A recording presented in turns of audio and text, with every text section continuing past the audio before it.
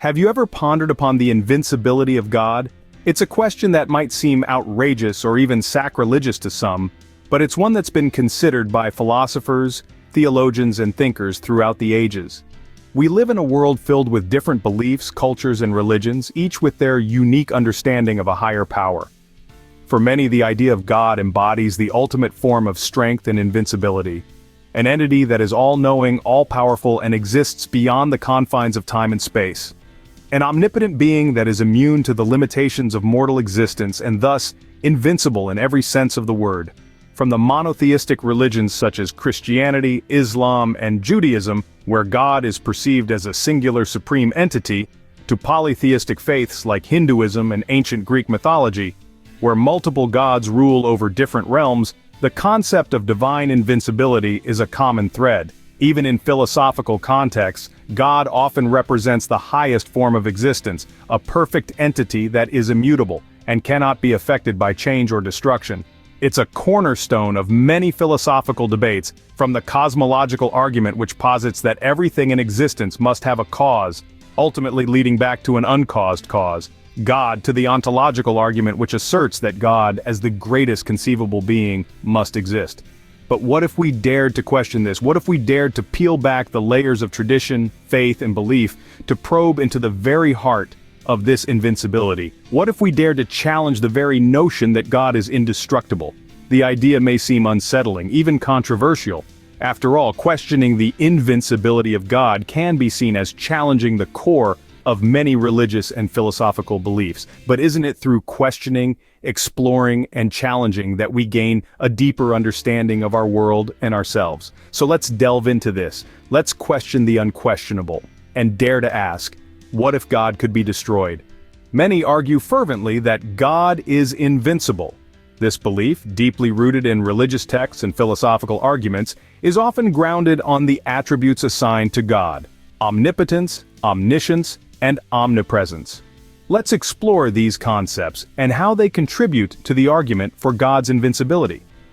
Omnipotence refers to the notion that God is all-powerful, that there are no limits to what he can do. From splitting the sea to creating the universe, religious texts are filled with examples of God's limitless abilities. If God is indeed omnipotent, it stands to reason that he cannot be defeated or destroyed, hence invincible. Next we have omniscience, the belief that God is all-knowing. This means that God knows the past, present, and future. He is aware of all events, ideas, truths, and secrets. If God is omniscient, then he would foresee any attempt to challenge or destroy him and could therefore thwart such attempts, reinforcing his invincibility. Lastly, omnipresence. This term refers to God's presence everywhere at all times. If God is omnipresent, he cannot be confined or limited to a specific place or time. He is in the vast expanse of space and in the smallest particle. He is in the past, present, and future. This omnipresence, some argue, makes God invincible because he cannot be cornered, trapped, or ambushed. These attributes of God, omnipotence, omniscience, and omnipresence, are often used to argue for God's invincibility. They suggest a being that is limitless in power, knowledge, and presence, a being that cannot be defeated or destroyed. However, it's important to remember that these attributes are derived from human interpretations of religious texts and philosophical thoughts. They are concepts that humans use to understand and describe the divine.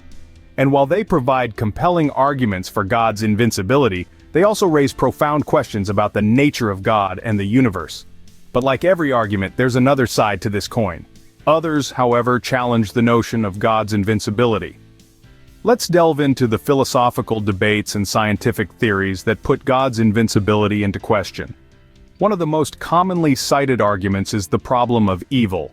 If God is all-powerful and benevolent, why does evil exist in the world? Could it be that God is not invincible enough to eradicate evil, or perhaps not benevolent enough to want to do so? This argument leads us to the paradox of omnipotence. Can an all-powerful being create a stone so heavy that it cannot lift it? If God can create such a stone, then there's something he cannot do, lift the stone, thus negating his invincibility. If he can't create the stone, that too contradicts his invincibility. This paradox is often used to illustrate the logical inconsistencies inherent in the concept of an invincible being. Then there's the idea of God's non-existence. Some philosophers and scientists argue that the concept of God is a human construct, a product of our desire for a sense of order and purpose in the universe. They posit that the universe and life as we know it can be explained through natural processes and scientific laws without the need for an invincible overseer. Moreover, thinkers like Friedrich Nietzsche declared God is dead, arguing that the advancement of human knowledge and the rise of secular societies have rendered the idea of an invincible God obsolete. In this perspective, God's invincibility is not just challenged but outright denied. These arguments, while not definitive, raise significant questions about the concept of an invincible God. They highlight the complexities of faith, belief, and our understanding of the universe. They force us to confront the possibility that our conception of God and thus his invincibility may be more about us than about any divine reality. This leaves us in a conundrum, doesn't it? Let's try to find some common ground. In every debate, there often lies a common ground. While the two sides of the debate we've discussed so far may seem fundamentally opposed, it's possible to find a meeting point, a place where both perspectives can coexist. This is the essence of constructive discourse, a space where different viewpoints can be appreciated and understood without necessarily needing to agree. Let's start by acknowledging that the concept of God's invincibility, like many aspects of spirituality, is largely subjective. It is tied to individual belief systems, personal experiences, and cultural contexts.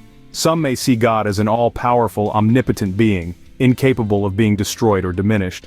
For others, God might be a more abstract concept, a universal energy or consciousness that is beyond the constraints of existence and non-existence. The concept of invincibility itself is nuanced. Is it absolute immunity from harm or destruction?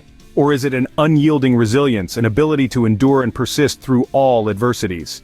If it's the former, then God's invincibility would imply an absolute indestructibility. If it's the latter, it suggests a capacity for change, evolution, and growth, even in the face of adversity. This would mean that God's invincibility is not a static state, but a dynamic process. In the same vein, our understanding of God is not static, but evolves with our personal growth, societal changes, and scientific advancements. Our belief systems are not set in stone but are fluid, changing as we encounter new experiences and knowledge. So if our belief systems can change, does that impact God's invincibility? If we no longer believe in an invincible God, does that mean God ceases to be invincible? Or does God's invincibility transcend our belief systems, existing independently of our perceptions and interpretations? As we delve deeper into this philosophical conundrum, we realize that the question of God's invincibility is not just about God, but also about us, our beliefs, our understanding, and our capacity for change and growth. The question then becomes, does our belief define God's invincibility? In the end, the question remains, can we destroy God? This question, simple in its construction, yet profound in its implications, has been the cornerstone of our discussion. This is not a query that can be solved with a straightforward yes or no. Rather, it is a philosophical musing that demands introspection and open-mindedness. We have journeyed through various perspectives, each offering its own unique insights into the nature of divinity. On one hand, we explored the argument for God's invincibility, an idea rooted in traditional religious doctrines. These doctrines assert that God, being omnipotent and omniscient, is beyond the reach of destruction. This perspective is comforting to many, providing a sense of stability and certainty in a world fraught with unpredictability. On the other hand, we delved into the argument against God's invincibility. This perspective challenges the traditional view, suggesting that if God can create, then God can also be destroyed. It invites us to ponder the paradox of omnipotence and consider the limitations of divine power. This viewpoint, while unsettling to some, invigorates the intellectual curiosity of others. In the common ground between these contrasting views, we found that the question of God's destructibility is not just about the divine, but also about us. It is a reflection of our own fears, hopes, and understanding of the universe. It is a testament to our longing for answers and our struggle with uncertainty. As we conclude this exploration, let's remember that the complexity of this question underscores the importance of personal belief. It reminds us of the value of open-mindedness when dealing with profound questions. It shows us that our quest for understanding is a journey, not a destination. So, can we destroy God? Perhaps the answer is not as important as the question itself.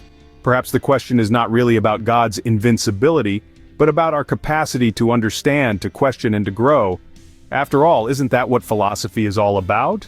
Perhaps the answer lies not in the invincibility of God, but in our understanding of what God truly is.